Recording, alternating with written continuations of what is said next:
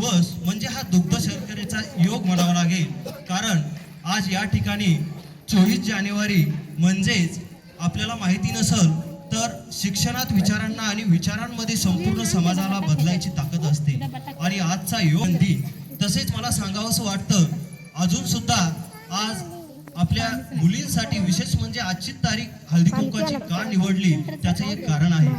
माता भगिनींना आवर्जून सांगावंसं वाटतं की आज 24 जानेवारी राष्ट्रीय शिक्षण दिन आहे. राष्ट्रीय शिक्षण दिन म्हणून एवढ्या धावपळीमध्ये 2 दिवसानंतर प्रजासत्ताक दिन असताना आम्ही आजच्या दिवसाची निवड करण्याचं कारण म्हणजे आज आंतरराष्ट्रीय शिक्षणाचा आमच्या अर्थ आला. जन्म मिळाला जरी नारीचा, शिक्षणानेच तो सार्थ झाला, शिक्षणानेच तो सार्थ झाला.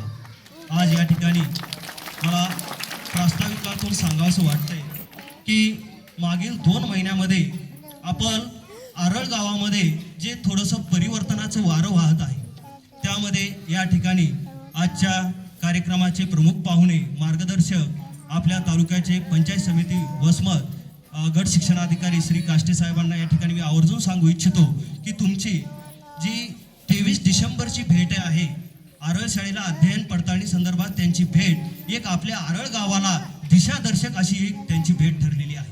कारण 23 डिसेंबर पासून आरळ गावामध्ये एक परिवर्तनाचं वारं वाहत आहे. बऱ्याच पालकांना प्रश्न परत आहे की शाळेमध्ये एवढा अचानक बदल कसा झाला. जी शाळेची वेळ 9:45 आहे ते मुलं शाळेत 8:30लाच कसे काय येऊ लागले. मुलं गटामध्ये अभ्यास करत आहेत, घरी सुद्धा मुलांना न सांगता मुलं स्वतःहून अभ्यासाला बसत आहेत. एवढा अचानक बदल झाला कसा. तर मला सांगायचे थोडी पार्श्वभूमी की 5 जुलै 2021 आपल्या भारतामध्ये एक निपुण भारत अभियान सुरू झालं.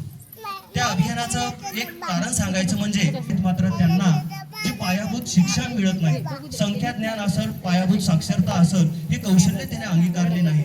जवळपास आकडा खूप मोठा आहे. मुलांची विद्यार्थ्यांची जी प्रथम गुरु आहे ती माता असते. माताच आपल्या विद्यार्थ्यांना घडवू शकते. म्हणून ही मातांची जबाबदारी खूप मोठी आहे. तसेच हळदी कुंकू करणे म्हणजे एक प्रकारे ब्रह्मांडातील सुप्त आदिशक्तींच्या लहरींना जागृत करण्याची त्यांना आवाहन करणे होय. म्हणून मला या ठिकाणी माता भगिनींना आवर्जून सांगावंसं वाटतंय की आपण हळदी कुंकवामध्ये एक वाण देत असतो. ते वाण पूर्वी असे काही वाण द्यायचे की ते वाण ते आपल्याला म्हणजे वापरताही यायचं नाही आणि फेकूनही द्यावं वाटत नाही.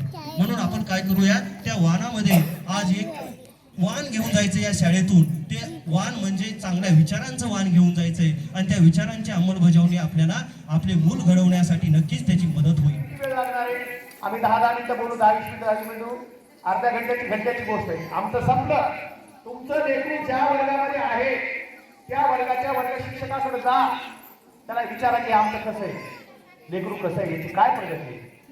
त्या मॅडम ते सर तुम्हाला सांगतील की हे आहे, हे चांगलंय, हे असं हे कसं ते ऐकून घ्या. बरोबर आहे. जेव्हा तुम्हाला त्या मॅडम म्हणतात की तुमच्या मुलाला आता बरं वाचता आहे, आता सगळ्याच मुलाला वाचता आहे, तेव्हा तुम्ही काय म्हणा, ठीक आहे मॅडम, अजून जरा तयारी करा, आम्ही पुन्हा घरी तयारी करतो. आम्ही जेव्हा तुम्हाला म्हणतो की ताई तुमचं लेकरू येईल हो शाळेत, तुमचं उत्तर काय असते माहिती का, हे असंच करायले सर, मला बी फिरून बोलायले, त्याच्या बापालाही फिरून बोलायले, हे उत्तर आहे का. शिकायला काय